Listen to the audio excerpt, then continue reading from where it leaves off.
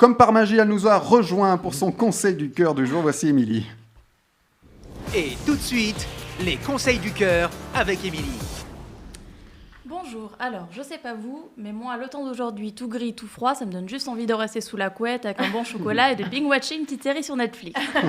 Ça c'est ce que j'aurais aimé faire, vous vexez pas, je suis quand même contente d'être avec vous. Mais si la prochaine fois on peut envisager de délocaliser la radio dans mon salon pour que j'ai pas à sortir, ça me va aussi. Allez, plus sérieusement, aujourd'hui j'avais envie de partager avec vous un moment important dans notre vie. Celui qui fait battre notre cœur, qui nous fait rêver et qu'on imagine 1000 fois dans notre tête, en tout cas nous les filles. Ce moment qu'on attend autant qu'on redoute, vous l'aurez deviné, oui, je vous parle du premier rendez-vous. Mais surtout de comment on s'y prépare, nous les filles. Peu importe la façon dont on a rencontré ce fameux garçon, au parc à chiens, au Franprix, sur Tinder, à Pun, il arrive toujours le moment où on se dit « et si on allait se balader un peu ?» Bah oui, à une autre époque, on se disait « on va boire un verre », maintenant c'est « on va faire une balade ». Il y a quand même des avantages à ce côté balade. On est en hiver. Il fait froid, donc a priori on sort avec un manteau, un masque aussi. Vous me suivez jusque-là ?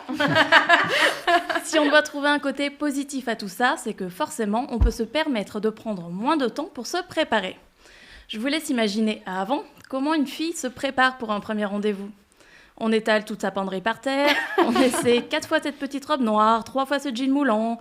Finalement on se dit qu'on va peut-être se rabattre sur cette petite jupe qu'on a achetée et encore jamais mise. Au bout d'une heure, la tenue est choisie, on passe à l'étape maquillage. On se croirait dans les reines du shopping. Fond de teint, highlighter, anti-cerne, mascara, eyeliner, blush, rouge à lèvres. Ah non, pas celui-là, on va plutôt mettre celui-là. Une autre heure plus tard, on pense qu'on est enfin prête, on passe aux chaussures. Mais il n'y a rien qui va avec cette petite jupe. Alors vous savez quoi ? On repart dans les essayages. Voilà, ça c'était avant tout ça. Maintenant c'est super. À quoi ça sert de réfléchir au petit haut que vous allez mettre ? Vu que de toute façon, avec 5 degrés dehors, il y a peu de chances que vous tombiez le manteau et l'écharpe. Pour le maquillage, c'est pareil. Est-ce que vraiment vous allez mettre du rouge à lèvres sous le masque ? Aucun intérêt. Ça, c'était mon petit topo pour le côté technique. Après, il y a le côté pratique.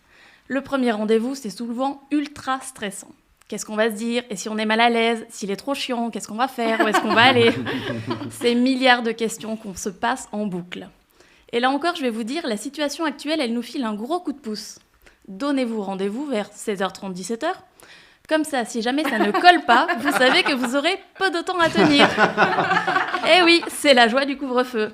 Pas besoin de sortir l'excuse bidon de « ma meilleure amie vient de m'appeler, elle s'est fait larguer, il faut que j'y aille ». Je l'ai déjà utilisée, celle-là. Là, au bout d'une heure, il sera temps de sortir le fameux « bon, faut que je rentre, ça va être l'heure du couvre-feu ». C'est sûr que si ça se passe bien, on est frustré, mais rien ne vous empêche de vous revoir le lendemain, un petit peu plus tôt, du coup. Et n'oublions pas surtout le gros avantage de ces premiers rendez-vous, pas besoin de se demander s'il va payer l'addition pour vous ou pas. Voilà, c'était mon petit conseil du cœur du jour pour bien profiter de ces premiers rendez-vous très particuliers. Merci Émilie. Et pour lui écrire, c'est très simple, c'est sur emily.pantouflexplosive@gmail.com.